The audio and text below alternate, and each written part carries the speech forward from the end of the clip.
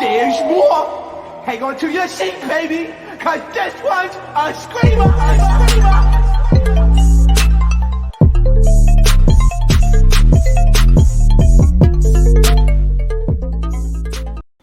What is going on, entertainers? Y'all, they will not let me rest. Okay, the tea and the and the exposing is keeping a flowing. Okay, they just won't rest.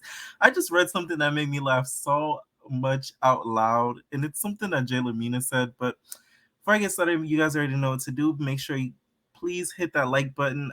I've been posting a lot, and like I feel like I don't get the support as much as I should with the like button. That's all I want you guys to do. I don't want any donations or anything. Just hit that like button for me. That's all I want. Okay, it helps pushes out my channel to help me get a little bit more exposure, so I could be able to keep you guys updated daily with the Zeus related tea. So please hit that like button if you can, please, please, please.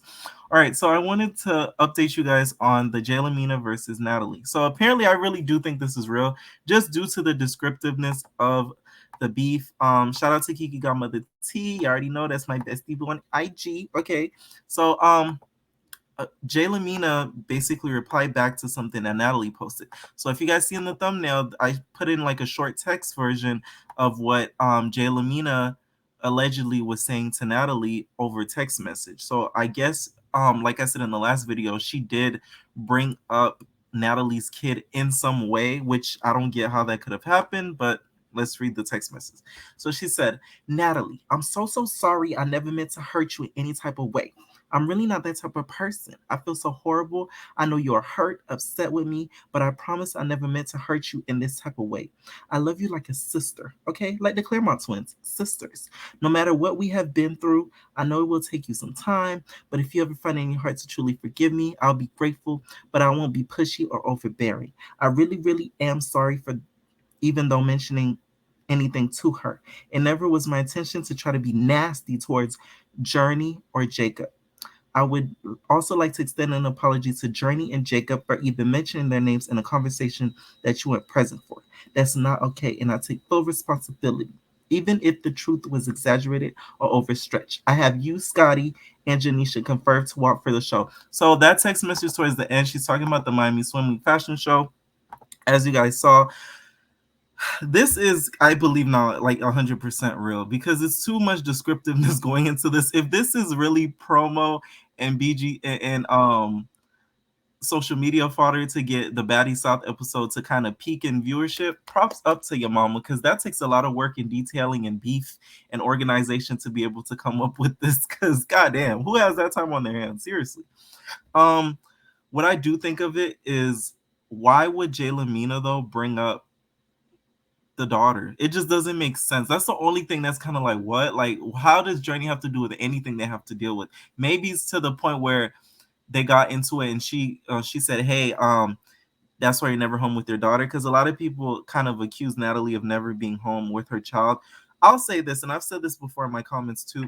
I could say a lot about Natalie, and y'all know I like to make fun of her chin and bubble, her laugh and all that type of stuff. I don't think she's a bad mom. At the end of the day, what checks is Jacob bringing in? I'll wait. I'm just saying, I don't know their lives personally, but I feel in my heart of hearts, I feel like Natalie is the main breadwinner. So it's like, if she's out there hustling and bustling for her child, who are we to kind of judge her and be like, oh, you're never home with your kid? Because at the end of the day, the bills got to get paid. And with this damn COVID inflation and monkeypox on the rise, bills are only going to get more expensive, and gas is probably going to go up again, even though it was starting to go down. So I'm just saying, I'll never say she's a bad mom, okay?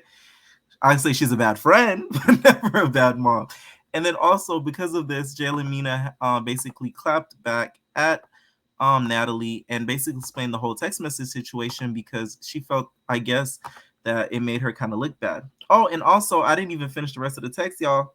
He said, Natalie, oh yeah, no. Oh yeah. And then, of course, Jelaminah, I did read the rest of the text, y'all. My bad. Jelaminah responded back to her in this message as well. She said, yes. Well, at first she added Natalie. She said, at Miss Natalie Nunn, we still going or what we doing?